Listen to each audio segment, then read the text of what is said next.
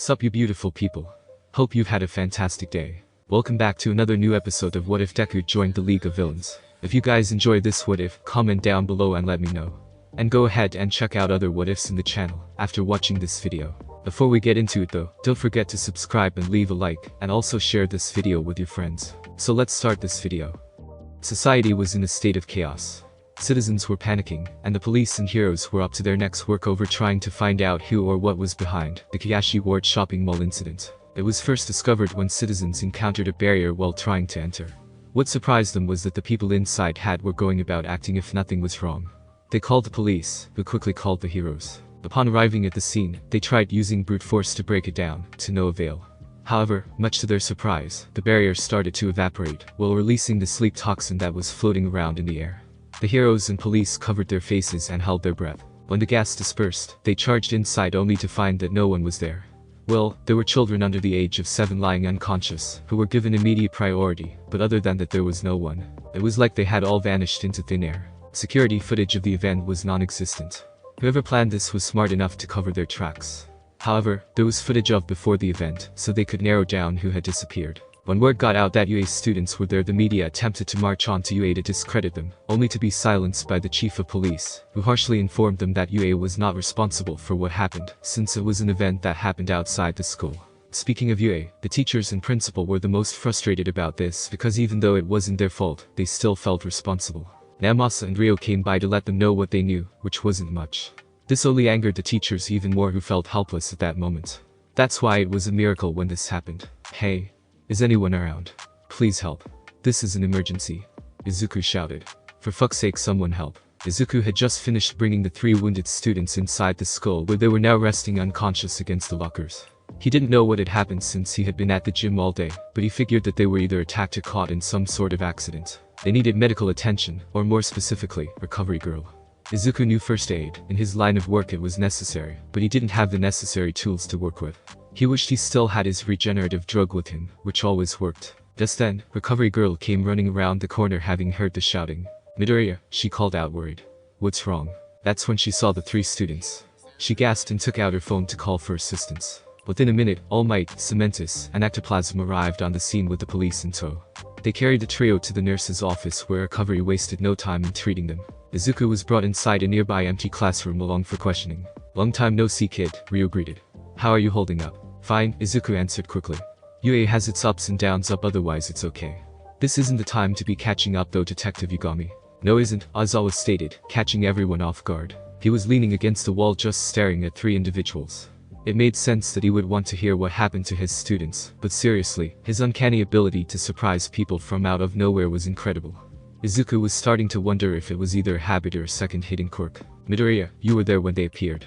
I want a full explanation, Aizawa demanded, getting straight to the point. It's like this, Izuku started. Izuku quickly explained how he met them as he was coming back from the gym, the state they were in, what Jiro had said, and how they had collapsed. I don't know how they got like this, Izuku said honestly. Someone must have attacked them while they were out shopping. There was silence among the people in the room. They each started exchanging glances with each other, something Izuku picked up on. Okay, what the hell is going on? He questioned. Ryo was the first to speak. You've been at the gym all day, right? He asked, to which Izuku nodded. Well, Ryo and Aizawa quickly explained the events of the raid on the mall. They explained who was taken, and the methods involved. In addition to the force field and sleep gas, and there were statements from some civilians that they felt a strong sense of revulsion when they came close to the mall and stayed away. When they had finished, Izuku stood there in silence while he processed everything. He was shocked and impressed that someone had managed to pull a feat like this off. At the same time, something felt off about the equipment used in the attack. That technology. It sounds familiar, Izuku thought. He knew he had heard about it somewhere before, he just couldn't think of where. He didn't think it was from the League, since they got most of their weapons and materials from the black market. While weapons were bought from the black market, the development of weapons in the League wasn't common as far as he was aware, unless one counted the Nomus, who were a formidable force all on their own. Is something wrong, Midoriya? Namasa asked. I'm not sure, Izuku replied honestly. The technology you're describing sounds familiar, but I can't think of where. The 2 detectives' eyes widened. Was it something made by the League? Ryo asked intently. I don't think so, Izuku answered. I don't know much about technological developments they did, if there were any at all. A lot of time and effort seems to have been focused on the Nomu. I offered to help in that area, whether it was designing new technology or weapons, but Sensei told me it wasn't necessary. Ryo used his quirk to verify the truth inside. Just then Aizawa, Namasa and Ryo's phones started buzzing. Surprised and concerned, they answered their callers. There was the usual introduction before shock formed across their faces, and they started asking questions, only to be cut off by the person on the other end. Eventually, they all said that they understood and hung up. It appears there's going to be a meeting tonight at 9 between all available heroes and the police to discuss today's kidnapping, Aizawa explained. Funny you should say that, Ryo murmured. We were told the exact same thing just now, Namasa finished. Izuku wasn't surprised that this was happening, though he was surprised at how soon. Just then, Present Mick appeared at the door. Shota, recovery girl, just finished treating the students who came back. According to her, they'll wake up in about an hour or two since they're still suffering from fatigue, Mick explained in a serious tone. Also, Nezu is ordering all students to remain within their respective dorms, and wants us to join in a headcount to see who's still here. Upon hearing this, Aizawa bowed to the detectives and excused himself, but not before ordering Izuku to return to his dorm for the time being. Namasa and Ryo were asked to assist in this job, which they accepted without hesitation. At an unknown location, the students of UA, as well as the other students and civilians that had been captured, woke up. The effects of the toxin had finally worn off. When they did, they noticed that they were in a large cube-shaped room that appeared to be made of stone, at least they thought it was stone. Just then, one of the walls lit up like a screen. On it was the image of a man who looked to be in his 20s, with snowy white hair in the form of a flat mohawk. What caught a lot of people's attention was the eye patch covering his left eye, while his right was left uncovered, displaying that it was topaz in color. He also wore a white suit. Good evening everyone. The man greeted the confused hostages in a deep and enthusiastic voice. How are you all holding up after your recent transfer? The stuff that knocked you out was a sleep-inducing toxin. Nothing harmful, but you can feel a bit woozy afterwards, depending on how much you inhaled. A couple of people felt disoriented but were otherwise alright. They were just curious as to what the hell was going on. Fortunately, someone was angry enough to ask. You bastard.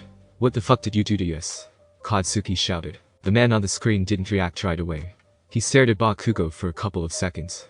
Some of his classmates, and the civilians present, cursed his personality for being this way. This wasn't the time to act trash. The man, however, just laughed at the teen's outburst. Well, you're even more stubborn in person, Katsuki Bakugo, the man teased, surprising Bakugo. Surprised I know who you are. You've got quite the reputation. Held hostage by a sludge villain while making futile attempts to escape. First place in the sports festival. Got your ass handed to you by Deku. Bakugo felt a vein pop up on his forehead. He really hated this man. Got kidnapped with little effort and rescued from the League of Villains. This is what, the third time you've been effortlessly captured. You know, for someone who brags about being the best, you certainly are a weak little bitch, aren't you? That did it. Upon hearing that, Bakugo literally exploded. He lunged at the wall, preparing to blow it to pieces. You bastard. You're dead. He roared. Before he could reach the wall, the man pressed a button, and there was a bright light appearing around Katsuki's neck. The UA student howled in pain before collapsing to his knees. Kirishima went to him instantly to check on him. The rest of the captives were frightened at what they saw. They immediately checked their necks to find a sort of collar around their necks. The man sighed. Oh, you stupid, arrogant little fucker. First thing you should know about me. Never threaten me with death. If you do, make sure you have the means and abilities to do so. And if you try to kill me, make sure you succeed. Otherwise, I'll come back and hunt you down and give a slower, more brutal death. Do I make myself clear? His tone of voice was low and dangerous, making people even more afraid of him. Although Katsuki didn't respond, he did get the message and stood quietly. Now that's done and out of the way, let's move on to more pressing matters. As I'm sure you've all noticed, you each have a collar around your neck. If you step out of line, such as using your quirks for other than what you're supposed to, you get shocked. If you step even more out of line, you'll get shocked for a long period of time. If you break enough rules, you'll be shocked until your heart can't take it anymore and you die. It'll be slow, painful, and incredibly fun to watch. They can also blow up, but that's only if you try to escape. Now, children will also be shocked if they break any rules, though only the serious ones. They're still children and will most likely learn faster than their idiot parents. That doesn't mean they won't die well with us, the man explained. Children huddled close to their parents, completely frightened by this man. The students and civilians were horrified at what they were hearing. This man was a complete psychopath. They weren't ready to die just yet though. Now, I'm sure you're gonna have questions, so go on, ask. I'm sure I'll be saying it afterwards anyway, the man declared. The audience looked at each other uncomfortably, not sure of what to say. Some UA students did, however. Where are we exactly? Kendo asked. In the criminal underworld, where laws and heroes don't exist. So, don't count anyone coming to save you, the man sneered. And you all now belong to Hades, the strongest criminal organization in Japan. Some people flinched at that. They had only heard rumors about the group, but they were enough to make them comply. And who are you? Tenya asked. Are you the leader? Correct, Ingenium Jr. The man applauded, surprising Tenya. He knew who he was. As for who I am, well, you can call me Shiro. The name was unfamiliar to them, but they did not take it lightly. Shoto stepped forward next to ask the most important question. Earlier you said no using our quirks except for what we're supposed to. What would that be exactly? He asked with an angry yet calm expression. Shiro grinned at him, amused. It appears we've reached the most important part of this conversation, Shiro admitted softly. Everybody tensed at what was about to be said. You see, what I do is, I host underground battles, like the Colosseum you could say, between different participants that I capture. People tend to bet on these fights as well, thus generating income. If you have an argument against this, well then sorry, but as of this moment you are my slaves, and my word is the law. Other than fighting, you'll also be doing regular jobs around the place, cleaning, manual labor, you get the idea. Children up until the age of 13 won't be expected to fight, and will be kept in a different part by another of my slaves. Oh, and for people like Bakugo who intend to climb up and live high, work hard and play nice, and you may just end up the bitch to someone of higher authority like myself. Katsuki felt a vein stand on his forehead again. He really wanted to pulverize this man. That's enough questions for now. Time to get down to business, Shiro declared. You will all move along now and be separated into different groups. Kids go in one direction while adults and teens go in the other. If the parents behave and are alive, they may visit their children. People started to protest, but Shiro just pressed a button, and a new image appeared right next to him. It was of two men and women, beaten, and looking terrified of what was about to happen. Just so you all have an idea of the situation you're in, and so you know your fucking place, Shiro taunted. Let these people be an example. He pressed another button and suddenly, they were electrocuted. Their screams were loud and echoed all over the room. Onlookers watched in horror while parents attempted to shield their children from what they were seeing and hearing. Shiro smiled at their expressions, as he did at their next expression when this happened. The colors exploded. And there was blood, lots of blood. Some students vomited at the gory sight, causing Shiro to burst out laughing. Oh, that was funny, he snickered. Now, does anyone have any complaints about the way things are going to happen? The silence and terrified expressions were enough of an answer. Alright then, no head in the direction you're each told to get your quirks analyzed. And no shoving, Shiro told them in a mocking tone. Quietly, adults, teenagers, and children all started walking to where they were told to, regardless of how frightened they were. Yui staff room. Nezu along with all the teachers were present as Namasa gave them the full statements they received. Momo, Jiro, and Tokoyami woke up not too long ago, and were questioned by the police regarding what happened at the mall. When they finished explaining, they were thanked and left to finish recovering. Their injuries weren't serious, so they would be discharged and returned to their rooms later. We have some descriptions of the people who attacked them, as well as what went down at the mall, Mick declared. That's something, right? Not much though, Aizawa countered. Detective Tsukauchi, have these individuals ever made an appearance before? Namasa shook his head. I'm afraid not, he stated sadly. There's nothing about them in the database. However, they clearly aren't amateurs when it comes to activities like this. And they're a force to be reckoned with, considering how easily they defeated your students. Aizawa stared at the desk frustrated. Vlad King let out an angry growl he'd been holding back. These were the specific classes they were talking about. It infuriated them to know they had been attacked. Vlad had informed them that Nito was out visiting a relative, so they knew he was safe for the moment. All Might was also frustrated at not being able to protect his students, as well as all those civilians. He hadn't been there, he had been at UA working on security improvements, yet he still felt responsible. What kind of symbol of peace was he if he couldn't even protect his own students? Again, I'm useless, he thought. We know that they wanted to kidnap everyone, barring some small children, present at the mall, but we don't know what for, Namasa continued. Regardless of why they were kidnapped, the only thing that matters is getting them back, Nezu declared. First, we need to ascertain who it was that took them. The teachers glanced at each other. It could be the League, All Might suggested. They've done kidnapping before, but not on this scale, Ectoplasm pointed out. And their attacks were always targeted at specifically UA. I wouldn't be so sure. Atrocity is quite unpredictable, Nezu interrupted. It could also be another group we're not aware of. The criminal underworld is full of people like that. While they were talking, Aizawa received a text from Recovery Girl, saying that his students were heading back to the dorm. He politely excused himself, with Mick following, to escort the students back to their dorm. While they tried coming up with an answer, Ryo thought of something. Hey, do you think Midoriya might know who these people are? He asked. The teachers stared at him curiously. That's highly unlikely, Ryo, Namasa said. Midoriya said he hadn't interacted with many villains outside the League. But he did interact with some, Ryo countered. Maybe he heard things about it. Everyone in the room did consider that. There had been a full report on what Izuku did as a villain and who he interacted with. It was a possibility, though it was slim. Also, he said the technology sounded familiar, so might recognize the people who used it if we described them, Ryo suggested. After some deliberation, Nezu decided. Okay, you may question him about the matter, but only after we've concluded this meeting, he said. Besides, we still need to prepare for the meeting at 9, and who will be there. That includes you too. Ryo groaned. He really hated those meetings. Katie's group. Tenya and his classmates were sent to where the children were being kept, since they themselves were technically children. They had just finished having their quirks analyzed and something else, though he didn't understand what done to them. They didn't dare rebel in fear of the dreadful consequences. Tenya silently wondered how many people were here because of that madman. Upon arriving at the designated area where they were greeted by two women with unique features. "Hello," the first woman greeted. "I'm Yumi." "And I'm Utada," the second woman greeted. Then they simultaneously spoke. "You'll be in our care. Nice to meet you." Meanwhile with Shiro. "Kyoku, I take it you were able to analyze their quirks and memories for any useful information," Shiro said firmly. Kyoku was a young bald woman of moderate height with blank eyes, and wore only white clothes. Her quirk was memory, which allowed her to look at the memories of her selected targets for information. On a large number of people, it would be difficult, which is why she had a machine to help her store the information she saw. It was a head device shaped like a tiara. Her ability was valuable to Shiro, which is why he kept her guarded. "Yes sir, I had no difficulties whatsoever," Kyoku replied in an emotionless tone. "I did learn something that would both disgust and intrigue you, however, from the 1A students." "Oh," Shiro responded amused. "And what is it?" "You know I don't like it when you keep secrets like this from me." Kyoku took a deep breath before answering. "Deku is a student," she exclaimed, waiting for Shiro's reaction. At first, there was silence. Then, there was still silence, but the air became tense. Without warning, a bright light began to emanate from Shiro's body. While his expression was unreadable, anyone would have been able to pick up on the rage and murderous intent Shiro was releasing. "Deku," he growled.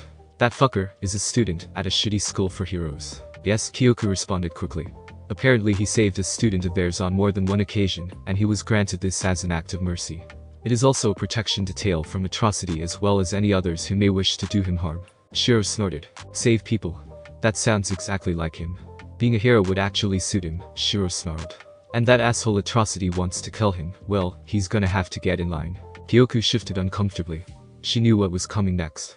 Though she bore no grudge against Deku, she did feel pity for his situation, as there was no stopping what was about to happen. "You're still angry then," she mentioned. Much to her surprise, Shiro started shaking, before bursting out laughing like an insane person. He collapsed to the ground, banging his fists and head against it. Then stopped and sat up and grinned at his subordinate. "Are you kidding me?" he asked. "Of course, I'm still angry. The bastard is the one who took my eye after all. However, I also respect him quite a bit, because he's the only one to ever damage and escape me in that way, something no one has ever done before." Kyoku was surprised. She hadn't expected that kind of response. Shiro sat back down in his chair. "Tonight, at 9, send Shino and Blade out to get him for me. I want to be able to express my gratitude for my new look personally, especially since Razor's not with him this time," Shiro declared. "As you wish, master," Kyoku declared before leaving. Shiro stared at the wall and smiled sinisterly. Soon, he would have his revenge. Class 1A dorms. Izuku was relaxing in the living room after a long day. He made sure to look up the incident when he arrived back and was surprised at the amount of people that disappeared. The technology sounded familiar to him, but he couldn't think of where. He sipped his tea and sighed. It was just one event after another for him. Also, he didn't understand why, but he was worried about his classmates. He was worried about who they might be with and what might happen to them. It was very strange. His thoughts were interrupted by the arrival of the students and teachers. The students looked tired but otherwise okay. "You're all looking better," Izuku greeted sarcastically. "Believe me, we've been better," Fumikage responded. Yuro said nothing. She was too miserable to talk, having lost her classmates, and the shame of running away was unbearable. Momo wasn't much better. A large part of her cursed her inability to do anything during that last battle. "That's enough," Aizawa announced. "All of you get some rest." Mick was remaining silent during all this. He really wasn't sure what to say. "They must have been really strong," Izuku said. "I don't want to talk about it," Jiro exclaimed. "I hope the pros find those bastards and beat the crap out of them." Aizawa was about to intervene when Izuku spoke again. "Who were they exactly?" he asked. "What did they look like and what were their quirks?" Jiro narrowed her eyes at him suspiciously. "Why do you want to know?" she asked. "Curiosity," Izuku admitted. "Nothing more." Momo was the one who answered. "We don't know their names, although one did call himself Speed Demon, and another was Atlas," Momo explained. "One was a blue-haired woman who could control water, another was a tall brown-haired muscular man who could control earth and went bar, and a blonde-haired guy wearing a visor and a blue and red outfit, who could move extremely fast." Izuku flinched at the descriptions. What is this? This dread I'm feeling," he thought, horrified. "Why do I feel that? The one called Speed Demon, did he have a tattoo on his neck of a man wearing a helm and carrying a scepter surrounded by 3 identical dogs?" Momo continued, seemingly unaware of how Izuku was taking it. "Oh, sensei.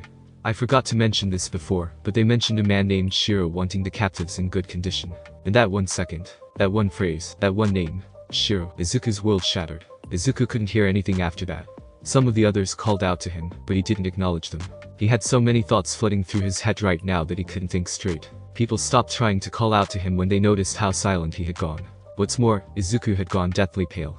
He looked like he might vomit at any second. Izuku started breathing both very heavy and very fast. Images, or rather memories, of his time in that place kept flashing through his mind. And then, he heard a voice. Hallucination sequence. Deku. A familiar male voice called out mockingly into his ear. Izuku noticed there was a man with an eye patch dressed in a smart white suit standing right next to him. The man smiled and pulled him in closer by the waist until their bodies were touching. With a smirk, the man held Izuku's chin with his right hand. You didn't think you could forget about me, did you? Izuku was completely frozen in place. But the rest of us for that matter. All around him various groups ranging from adults to children appeared. And Izuku knew them. You don't get to forget about me, them, or your sins. The man's smiling face was inches away from Izuku's, so much that he was nearly kissing him. After all, I never forget nor deny mine. His mouth came close to Izuku's left ear, who was powerless to even move. You little murderer. Izuku felt every bone and muscle in his body twist and contract, while his blood froze colder than ice. He could understand what the man was saying, but he didn't want to. He wanted this to all be a horrible dream he could wake up from. Mifo's quirk is wearing off, it seems. Good. Take this time to remember our time together, Deku, but most of all, remember your sins, the man urged. Leaning forward, he kissed Izuku on the cheek. Moving back to look at his face, the man smiled. Don't forget, Deku, I still haven't broken you yet, he reminded. But don't worry, I will.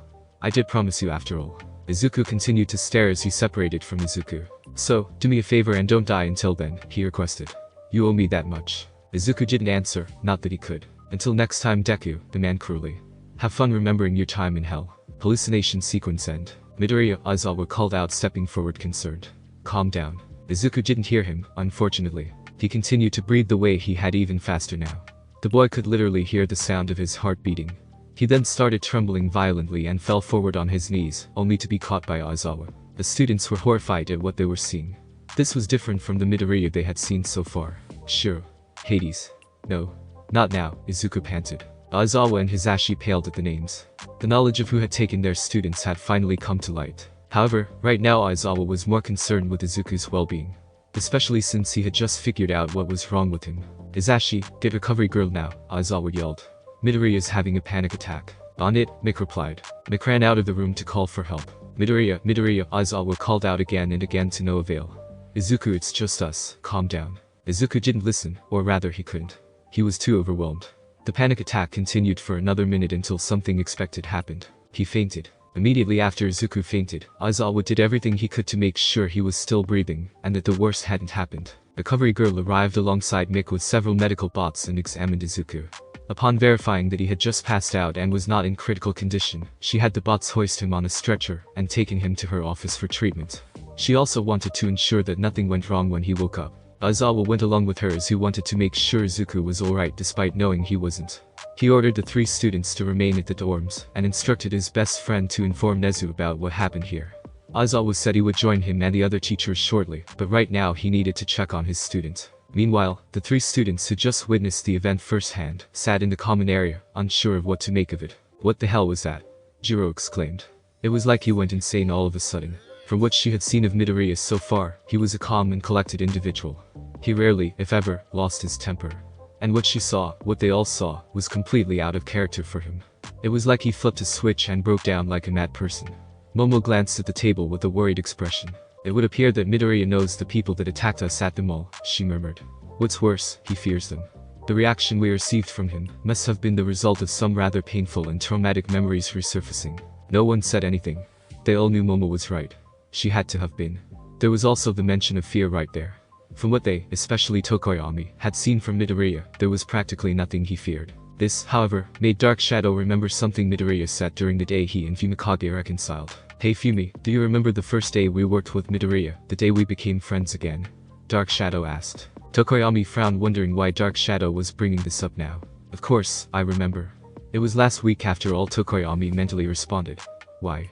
What does that have to do with anything? Do you remember when I asked about him being afraid of me, and he explained why he wasn't?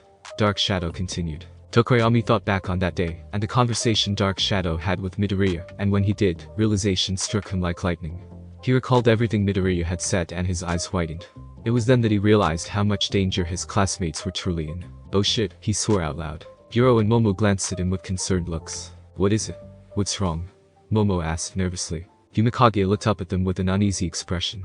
He knew they wouldn't like this. The mere concept of it was enough to scare him in dark shadow. During the time Midoriya and I worked together, we talked about some things. The girls tensed at what they were about to hear. When he was with the League, he encountered different individuals who, as he described, were far worse than people like Shigaraki and Afo. The two girls' eyes widened in fear at the idea. Tokoyami sighed and continued. At the time I didn't ask Ku, but I could tell he was incredibly serious about them. And now, given his most recent reaction, it's safe to say that these are the individuals he was talking about. There was that uncomfortable silence between the three students. The idea that such people existed was frightening, but what was worse is how much danger their classmates were truly in.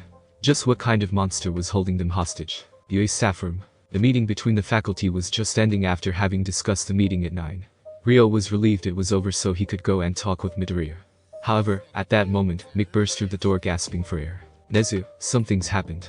He panted. The principal and teachers looked at him with concern and worry. Ryo was more annoyed. What now? He groaned. Can't we just get one break today? I was just about to go and question Midoriya about these kidnappers. What Mick said next caused everyone to shut up. Midoriya collapsed, he exclaimed. Everyone froze.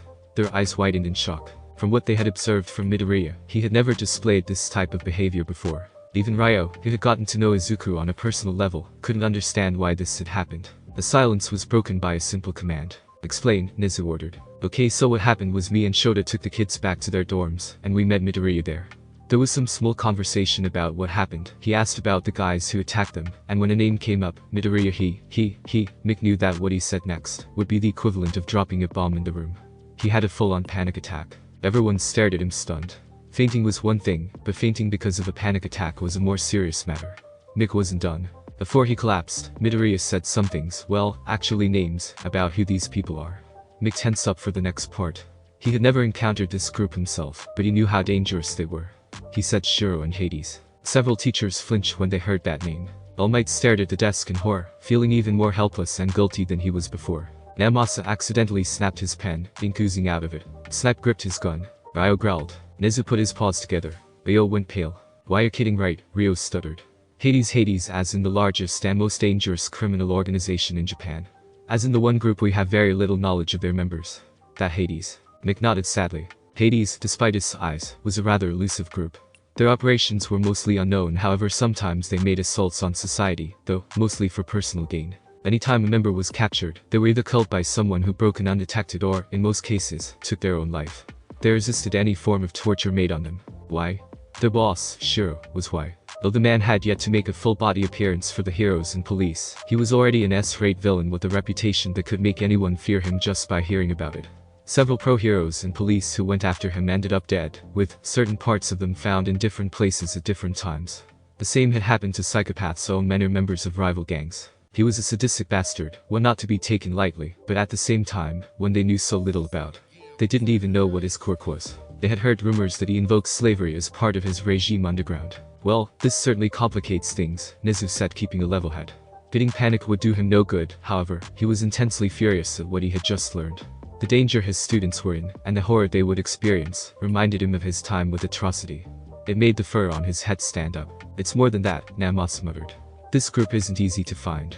We don't even know where their base is located. Midoriya might though, Ryo suggested. Absolutely not, All Might argued. Did you not hear the way he reacted?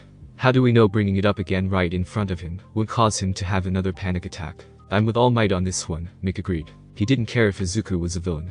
He was a child, one that was clearly traumatized. He wouldn't allow people to add more fuel to the fire, because eventually, it would burn out. He also seriously doubted Shota would allow it to happen. He's the only lead we have, Ryo pressed. We have to go forward with it, otherwise a lot of people will get hurt, innocent people. Don't you want to save your students? Of course, we do, Ryo declared. However, it's not that simple. For starters, he may not even remember them properly. Ryo raised an eyebrow. And just what do you mean by that? Ryo sighed. He had wanted to discuss this after acquiring more information, but now was as good a time as any. During our last counseling session, Midoriya mentioned he had been experiencing strange dreams and hallucinations, Ryo explained.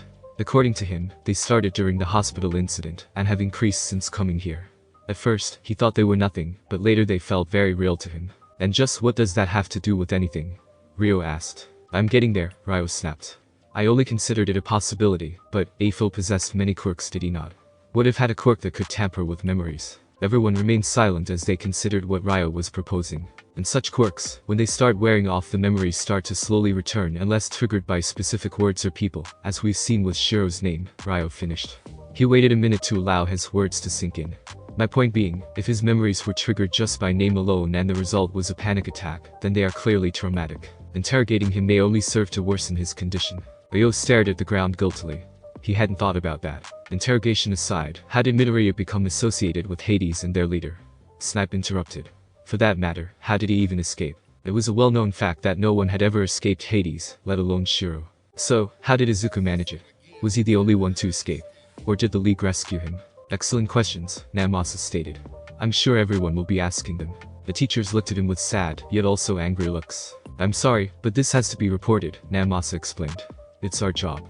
I don't like it any more than you do, but it has to be done. The police and pros will eat him alive when they find out, Midnight warned. I'll earn it by my superiors, however, I'll ask them to try and leave it out of the meeting, Namasa replied. Not that it'll do any good, Mick countered. Namasa sighed.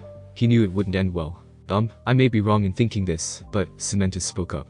Wasn't there one other arrested alongside Midoriya at the Battle of Kamino? Namasa and Ryo's eyes widened in realization. Dabi, they both whispered. Cementus nodded.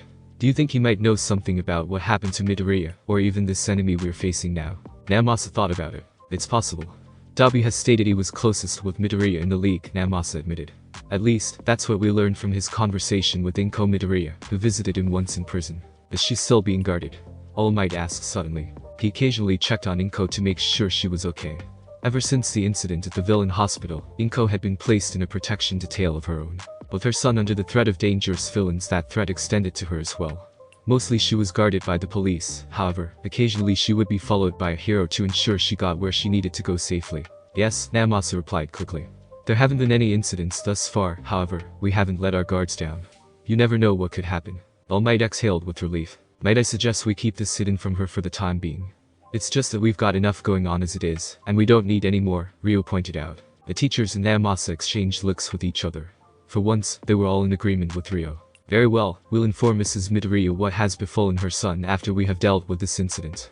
Now, as for the meeting, I would like several of you to remain here and protect the school, Nezu announced. With everything that's happened today, I'm not taking any chances. Understood, they all said in unison. Fayumi Todoroki. Fayumi was pacing up and down the hall of her home. She was incredibly nervous, and for good reason. Right after she got home, she received a call from her brother Natsuo, asking if she had seen the news. She had been at school teaching all day, so she hadn't. Her younger brother quickly gave her a summarized version of what went down at the mall in Kiyashi. Upon hearing the last part of Natsuo's speech, she nearly dropped the phone from shock. When he didn't get a response, Natsuo tried speaking again, only for Fayumi to apologize and hang up. The second she did, she dashed to the bathroom and started vomiting. She was so horrified she couldn't hold it back. No, she whispered softly, tears beginning to fall down her face. No, not again. Please, don't let this happen again. Oh, Shodo. Her youngest brother had been kidnapped. He had been taken by some unknown group, just like that. The very thought of it all, the things that might happen to him, or the possibility that she might never see him again, made her sick to her stomach. It was as if history was repeating itself all over again. Years ago, her twin brother had gone missing when a villain attacked their house, and he hadn't been heard from since. Then Natsuo moved in with her mother's parents out of fear of their father. He urged her to come with him, but she refused to leave Shoto alone with their father, for obvious reasons. Fayumi finally stopped walking and took out her phone. She dialed a number she rarely used and waited for the receiver to pick up. She needed to know what was going on, and only he would know. Finally, there was a click on the other end and her father's voice answered. What is it? Endeavor demanded, sounding very annoyed. I'm busy at the moment. Has there been any progress on finding Shoto? Fayumi asked, getting straight to the point. Endeavor scowled. Obviously not. There is barely any evidence as to who is behind this. That's what me and every other hero in this city are trying to work out. Tried to keep up. Fayumi didn't respond. She was used to this type of attitude from her father, although he was more tolerant of her than most people. Is that all? Endeavor questioned. His tone of voice made it clear he wanted this conversation to be over and done with. Just, please Dad, find him and bring him back, she pleaded. What do you think I've been trying to do? Endeavor responded, sounding even more annoyed than before. If that's all, then I'm hanging up. Leave this me and the other heroes and don't bother concerning yourself with it. In a rare moment, Fayumi's temper flared up. Am I not allowed to be worried about my own brother? She snapped, raising her voice. Am I not allowed to hope he'll come home safely? Am I? There was silence on the other end. Endeavor had never heard his daughter sound angry before. Fayumi quickly calmed down. Sorry, but I'm worried. Dad, I know you consider me a failure because I wasn't like your Shoto. I've always known that. You even made it abundantly clear since I was a child. However, even if Shoto is your masterpiece and the rest of us are failures, we are still his siblings. And as such, we will always worry about each other, Fayumi lamented. I've already lost one brother. I don't want to lose another. Endeavor said nothing. Fayumi knew very well he didn't like it when his eldest son was mentioned, but Fayumi didn't care. There will be a meeting tonight where all heroes and police shall meet and discuss the evidence that has been found, Endeavor finally said. Something may come up, or it may not. That's all I can tell you. Fayumi sighed with some relief. Thank you, she said. With that, Endeavor hung up. Fayumi walked towards her own room, where she took out a picture she kept hidden from her father. It was one of her mother Rei, herself and all her siblings when they were younger. While their father was out, Rei suggested they take one altogether. It was the only real family photo she had. It was the only one that made her feel like they were a normal family, even though they weren't. Looking at their faces, Fayumi sunk to the ground and began to cry, wondering what they ever did to deserve this life. She looked at her mother, and mostly her twin. Tears flowed out of her like a river. I wish why you were here, she sobbed. Tensei Ida. Tensei was feeling less than well. Actually, he felt worse than usual. Why? Because his little brother had been kidnapped by an unknown group this morning for God knows what purpose.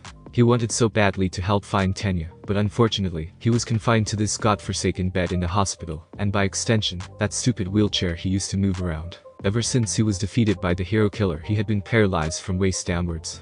There was nothing that could be done about it, but still, he had never felt so frustrated and angry, as well as useless as he had in that moment. His thoughts were interrupted by the arrival of one who he considered his best friend, Koichi Himawari. Hey, Koichi greeted. I thought I should come in and see you. Thanks, Tensei replied with a forced smile. If it's about what's going on outside, I already know. Not that there's much I can do about it. His mother had come in earlier and informed him about what happened. She did her best to remain calm, but in the end, she broke down in tears. She couldn't stand the thought of what might happen to Tenya, especially since she wasn't over what had happened to him. Tensei understood. His mother had married into this family, and while she supported her son's dreams, she was always worried about the dangers they might face as heroes. It was possible that she might be more vocal about Tenya remaining at UA after this. Koichi gazed at his friend sadly. I'm not gonna ask how you're doing, Koichi stated. I already have a pretty good idea. Do you? Tensei asked sullenly. Not the way you do, but yes, I do, Koichi retorted. Tensei sighed. He then looked at Koichi seriously. I'm assuming you didn't come here to visit me. Have you heard any news from your side? Tensei guessed. He had worked with Koichi's group several times already, more than any pro-hero would or should do. He knew they were also capable of acquiring information most heroes and police couldn't. How perceptive, Koichi complimented. His expression darkened. You're right. The truth is, my group and I might have a lead on who took your brother, as well as those other people. Tensei listened intensively. He would remain silent for the entire explanation. Taking a deep breath, Koichi began telling his friend what he knew. We've been investigating the underground for a couple of weeks now because we heard rumors about illegal activity taking place there. It's not that it's unusual, but in this case, it was more extreme than others. The rumors were people getting kidnapped and forced to fight in an underground arena. However, they were not just forced to fight, they were also sold into slavery by this one group. We came up with a list of suspects since there are various groups in the criminal underground, and, eventually, after much research and running by several information brokers, we discovered that the group that was behind it all was none other than the organization Hades, Koichi explained. Tensei flinched with fear. He knew that group. They weren't exactly public knowledge, but every hero and police officer knew who they were, sort of. Koichi wasn't done. From what we gathered, they're the largest criminal organization in the underground, and the most successful because they rarely, if ever, fail at a job. Their leader is a man by the name of Shiro, a powerful individual who has fought villains like Afo and atrocities single-handedly, and come out with very few scars. Tensei gulped.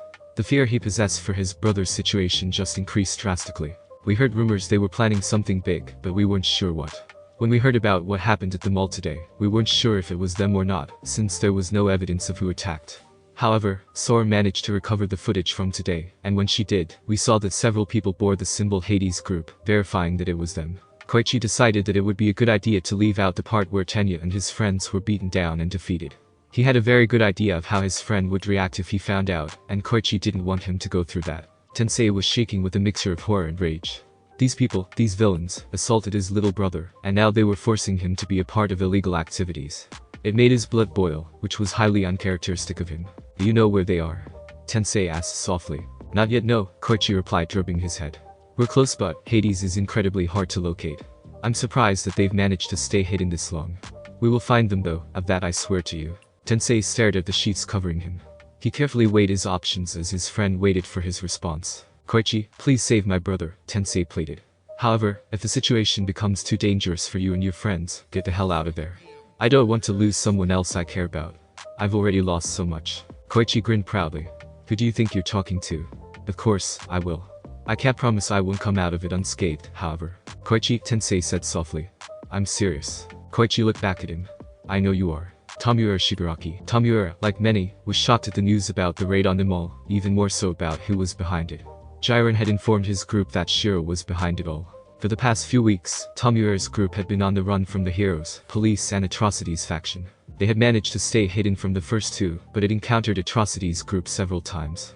On one occasion they had two Nomu with them, but in the end Tomoura's group emerged the victor. It was like that with all their battles, no enemy left alive, which would be considered an act of mercy, considering what that sick psycho would have done when his henchmen failed. Tomoura's group worked together well as a team. Being on his own forced him to take the role of a leader seriously, and put an end to his childlike personality. That wasn't to say Tomoura was okay, because he wasn't. Ever since Sensei's death, no his murder, he had resorted to his own habits of decaying his own body. He never went too far, as his comrades would notice, and he didn't want their pity. It was something he first developed after being given his hands when he was a child to deal with the trauma, until Sensei put a stop to it. Where is Toga? Compress asked. Without gathering intel, Tomoura informed him. With a quirk, she should be able to move around undetected. Toga's quirk transform allowed her to take on the appearance of another person, depending on how much blood belonging to them she ingested. It was perfect for stealth and espionage, which was why Tomoura often sent her out errand and recon missions, which ended in success. Any news on Dabi or Deku? Compress asked. You know I would have told you all if there was, Tomoura snapped. He noticed twice sulking in the corner at the mention of his two comrades. Wherever they are, it's in a place where the heroes are keeping a close eye on them. We will continue to search for them, but now, we need to look after ourselves. We know that, darling, Magni piped up. It just seems strange that we haven't heard anything about them at all. They're not in any prisons, Spinner pointed out. Every information broker we've gone to said so. There was silence between the villains. Spinner had a point. If Deku and Dabi were captured, they were surely in police custody. Where else would they be? They weren't dead, of that they were all sure of. Then again, if they were free, why hadn't they contacted them? Perhaps they are in a prison, just not the way we're thinking of, Compress suggested. All eyes turned on him. The common trick used by magicians such as myself is hiding an object in plain sight, so the audience can't figure out where it is. Perhaps the police did the same thing with our missing comrades, which is why we haven't been able to locate them. Tomoura considered it for a minute. It wasn't impossible. If there was one thing this society was good at, it was covering up news. It's possible, but that only makes the search more complicated, Tomoura declared. Then he thought of something else. Who knows though? Deku might reappear now that Shiro's resurfaced. That earned him questioning stares from everyone present. Does Deku know Shiro? Compress asked. What's more, how? Tomoura sighed. He always knew this story might come up eventually. Around 7 months ago, Razor, the person who taught Deku how to fight, took him on a sort of field trip to the criminal underworld to show him just how fucked up the world really was. Things didn't go as planned, and he got captured by Hades, where he was forced to fight in those underground matches. He was only supposed to be there for 2 weeks, but instead, it was a month. Eventually, Razor broke him out and brought him back with Kurogiri's help, Tomoura told them. When he arrived back, he was so traumatized by what happened Sensei wiped his memory. His team members stared at him in shock. They couldn't believe Deku had gone through such an ordeal at his age. They didn't know the full story. Tomoura could still remember how they crashed into the bar through Kurogiri on a freaking motorcycle. Razor was wounded, but not as much as Izuku. He could also remember how furious Sensei was about what happened, with Razor for not looking after him properly, and for what Shiro had done. Sensei forbade anyone from talking about it with Izuku in fear of what it might do to Izuku. Tomoura didn't mind, and in fact, he even understood why. He and Kurogiri were given the full details on what transpired at Hades, so it was better to keep quiet about it, for the sake of Izuku's sanity. What happened to him aside, it's not important right now, Tomoura declared. We need to get back to work. Quietly, the other members went about their usual duties. Hades group. Children's section. Yumi and Utada led the newcomers to the children's section where they would be staying. It was a large area with toilets, bathing sections, with 2 big rooms filled with bunk beds that were all gender segregated. There was even a play area for the children and a door to the training ground for the teenagers. As soon as they arrived, they were greeted by children that looked between the ages of 9 and 12. There weren't any teenagers. Yumi, who are these people? A thin girl with pixie wings, light purple skin and pink hair asked. Yumi smiled at the girl and said, "These are students that were just brought in Yase." Yase blinked. Her expression then morphed into one of confusion. "I don't understand." We just got Kai a few days ago, why suddenly bring in more kids? She questioned. Yumi shrugged. It was Shiro's idea. There are adults who were brought in as well. Yasei appeared to accept the explanation as she said nothing. Want us to take the kids with us and explain how things work around here? A boy with the appearance of a red fox offered. That would be wonderful, Kitsune, Utada declared. Please do that. The ones called Yasei and Kitsune signaled for the younger kids to come with them. Despite their nervousness, the children went with them, leaving the teenagers alone with the two women. Now, let's get down to business, Yumi declared. First of all, I completely understand that none of you wants to be here. No one ever does. However, this is your situation now, so you'll just have to deal with it. My sister and I didn't want to be here, but we are. We look after the children, like you. I mostly act as a guard for this place, however, like you, it's not of my own will. Do you understand? We're all in the same boat. Yumi indicated to the collars around her and Utada's necks. It surprised the students to learn that these two were slaves as well. As you can see, a lot of the areas around here are gender segregated, however, there's a common room here for both. Food is generally delivered here, and you can eat it wherever you want. There's also the training ground which you'll be taken to practice your fighting styles when you have to compete in the underground matches. Yumi heard a TCH from one of the students inside. Look, it's fine if you don't want to fight, but at the same time, you have to. Look at where you're standing and what situation you're in. You are in no position to refuse. If you try, you'll be punished severely, and won't just affect solely you, but everyone around you, us and those kids you saw too. The students stared at the ground in defeat and despair. This was truly their situation now, and there wasn't a thing they could do about it, not unless someone came to rescue them. Only a few held their heads high. Now that you understand your position, does anyone have any questions? Just ask and we shall answer. The students exchanged glances with each other. At first, they weren't sure of what to say. Then one of them finally thought of a question. My name is Saiko Anteli of CI Academy, a tall girl with white hair wearing a Persian-style black and white outfit. It's a pleasure to make your acquaintance. The man who runs this domain, Shiro I believe he's called, mentioned something about fighting in underground battles. Would you happen to know what those are like? CI Academy was an all-girls hero school that was quite prestigious and had a good reputation. While most hero schools were co-ed, there were a couple that was single-gender based. Definitely, a rich girl who's been raised in a more sophisticated environment, Utada thought. She's polite though, which is nice compared to most of the other people living in this shithole. Brutal, just downright brutal, Yumi stated bluntly and honestly. And before you ask, yes, competitors do die, on more than one occasion. Most people are lucky to walk away with just a few broken bones. They're even more lucky to walk away with only scars and bruises. Yumi could the uneasy expressions on their faces. In her opinion, it was a good thing. The sooner they understood just what they were up against, the better. What other jobs will we be assigned? Not everyone here has a quirk that's suited to combat, Kendo argued. True, Yumi agreed. Everyone will be given a job that's best suited to them. You see down here, quirks aren't everything. Shiro investigates what a person is skilled at, and then exploits their talents to use for his own gain. For instance, we have a quirkless woman as the lead scientist and weapons developer here. She even made the gadgets that brought you down. She has an assistant who is also quirkless and is a teen like you. He has a knack for designing support gear for our members. I also possess an excellent sense of fashion, so if you need help call me, a male yet soft and elegant voice rang. The source of the voice was a young man of 14, with dark hair combed back to the point where his right eye, golden eyes, a handsome face, and a neck that was slightly longer than usual. He was tall in appearance and wore jeans, a black t-shirt with characters from Fairy Tail on it, brown sneakers and a blue hoodie. He was smiling warmly at the new arrivals as well. Shida, what a pleasant surprise, Utada greeted cheerfully. Are finished for today already? Shida grinned mischievously at her. Nope.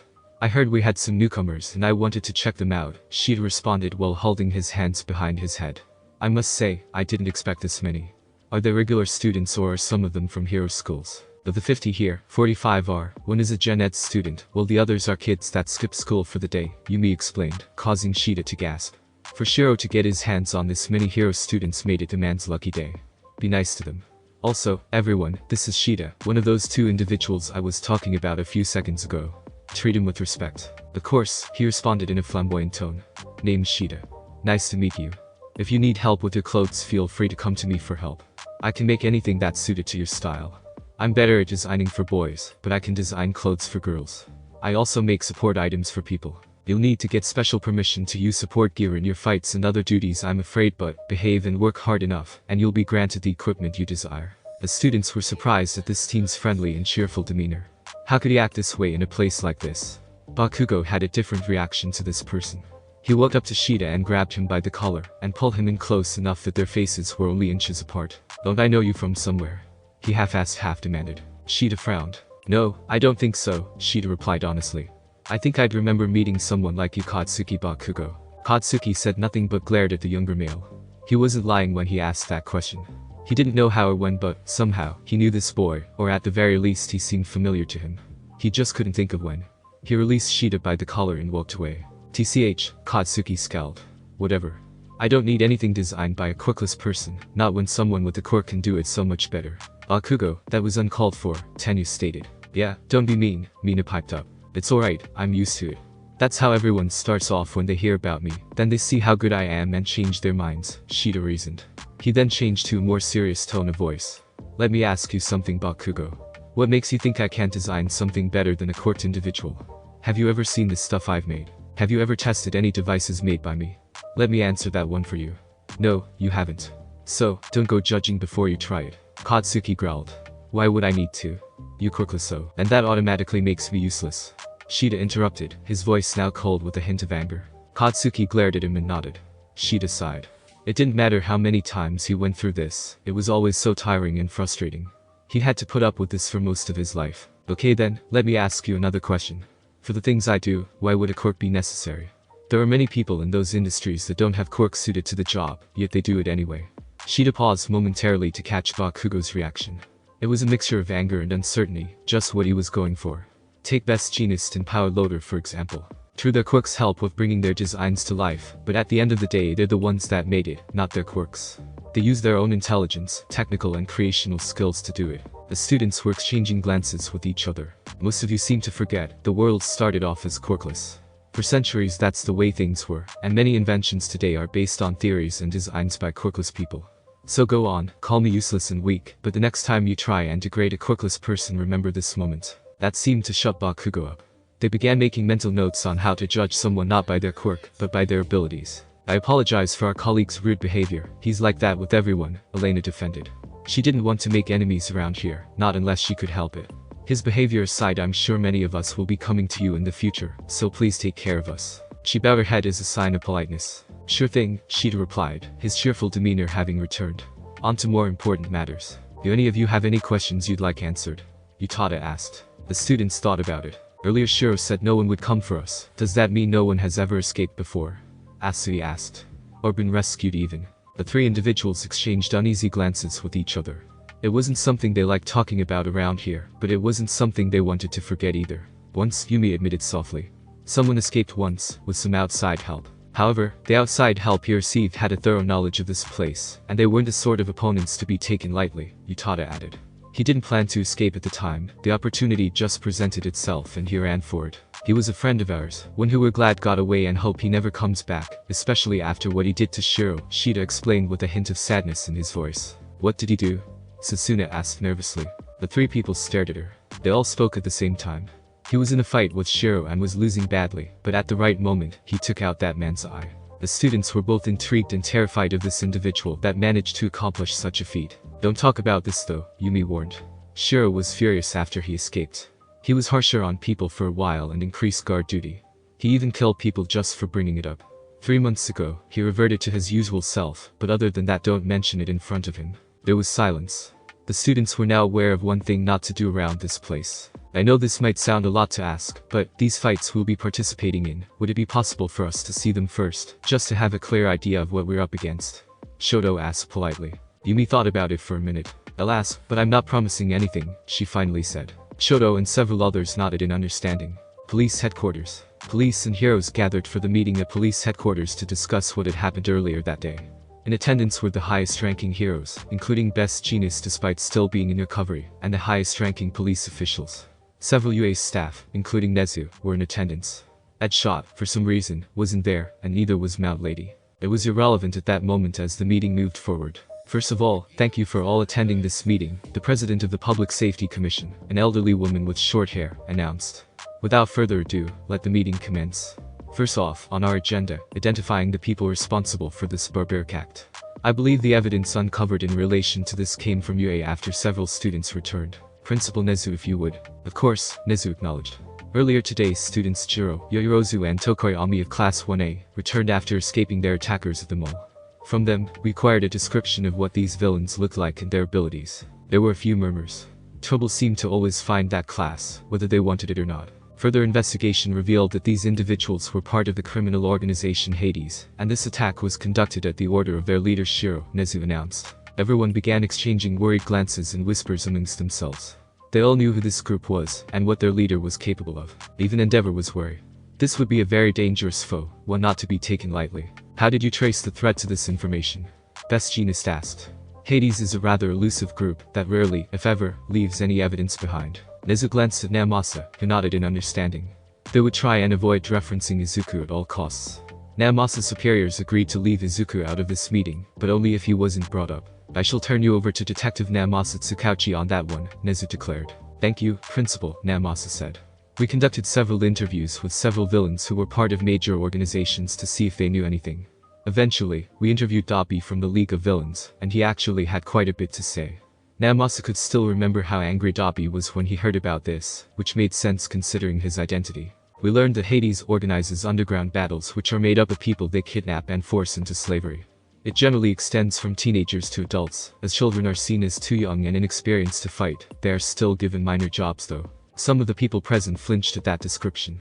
Just what kind of horror were those innocent civilians going through right now? The leader, Shiro, is a man in his 40s but looks to be in his 20s. We have a full-body description of the man, and details on his quirk. Dabi didn't know the name, but Shiro's quirk allows him to manipulate light in any shape or form. He's fought with individuals such as Afo and Atrocity in the past. Due to his strength and threat, we've upped his ranking to an SS-rate villain. That explanation was terrifying enough. There were very few villains that achieved that rank, and those that did very extremely dangerous. If the League knew them, then shouldn't you have asked that pet villain of yours about them? Endeavor questioned. Naomasa gulped. God damn it, Endeavor. God damn it, NG All Might mentally shouted. Of all the times for you to ugh. The pros exchanged curious and confused glances. The police officials sighed inwardly. So much for keeping quiet. Oh, didn't you all know? UA is housing a villain that worked for the League of Villains, a quirkless villain, Endeavor announced. One who was involved in the USJ incident. The room erupted into shouts and roars. None could understand why UA would allow a villain to attend their school. Others were curious about him being quirkless. What use could he possibly be to the League? Others were wondering what the hell Endeavor was talking about. The room was quieted by the General Commissioner and the President. I'm sure you all have questions, but now isn't the time, the President declared. Now seems like the perfect time to me, Fourth Kind muttered. Some pros nodded in agreement. Sighing in defeat, the Commissioner General decided to explain. Okay, you want the truth, fine, we'll tell you the truth. A villain codenamed Deku was captured alongside Afo during the Battle of Kamino. He was transferred to UA as a sort of protection detail, due to several attempts made on his life. These include a Nomu attack at Hosu which was aiming at him specifically, Atrocity trying to gun him down at Kamino, and some metallic weapon at the villain hospital. Given that he helped several UA students in the past, this is a way of reforming him. Furthermore, the skills he possesses, they are not something to be looked down on, and in all honesty, they are better off on our side than the villains. Endeavor sneered. He didn't see what a quirkless person like him could accomplish. The other heroes were surprised. This villain, Midoriya They, couldn't understand why, but he was dangerous. Quirk analysis and science experiments, coupled with expert martial arts skills, make him extremely dangerous, the Commissioner General explained in a low serious tone. He defeated Bakugo and Todoroki with little assistance. So, mark my words, do not underestimate him. His abilities made the League even more powerful. Despite not entirely believing it, the heroes did not take his words lightly. Is this the boy Mina Ashido defended when we came to rescue her in Bakugo? Kamui Woods asked. The one who defended her from Atrocity. Kamui hadn't forgotten about the boy at Kamino. He remembered how Mina spoke up for him when he saved her. He was surprised at how old he looked. He must have been the same age as the students.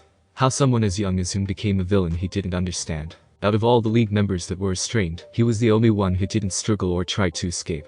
He was the only one to accept his capture and subsequent defeat, a rare trait seen in most villains, or rather a rare trait seen in most people. Boy? How old is he? Death Arms asked. 16, Nezu answered before anyone else could. 16. That's sad to think someone so young became a villain, Ryuki mourned. Some heroes agreed with her. Okay. I'm sorry, but can we get to the topic at hand? I thought we were here to discuss how to deal with these bastards, not discuss some teenage villain, Murako barked. The rabbit hero is correct, the President said. Let us not sway from the path in front of us. Endeavor wasn't willing to let the matter go. He was still angry at that quirkless piece of filth for humiliating him when he visited UA last time. Why not question him to be sure? He suggested. And be a little forceful in methods just to make sure he isn't lying. The police officials and UA staff groaned in frustration. We can't, Midnight said. Before he could ask why, she spoke again. Because Midoriya is still unconscious after suffering from a panic attack today. The stunned silence that followed filled the air with tension. When he recognized the leader's name, it triggered certain memories that can only be described as traumatic. He is not in the condition to tell you anything. Endeavor didn't really care whether the brat was traumatized or not. They needed answers and he had them. If you wish to discuss Midoriya's time at Hades, we shall do so at the end. But now, we need to focus on more important matters, the General Commissioner declared. Endeavor scowled. The other heroes didn't seem to mind, but they did feel sorry for the boy. From information we gathered off of Dobby, we now know a way in, and have a detailed account of some of their members and their quirks, the president announced. The heroes and police officials listened intently. Following this information, we will conduct a raid on Hades group within 4 days. Please understand that we need time to prepare everything for this event. They will have the home advantage in multiple ways to keep us out, so please bear with us. As frustrated as they were, they didn't argue. They sat quietly and listened. Hades group. Underground arena. Yumi came back and informed them that they, the students, were allowed to look at the fights. Apparently, Shiro thought it was a good idea to prepare them for what was to come. The underground arena was incredibly large. It was circular with devices surrounding it to change the environment of the field depending on the fight.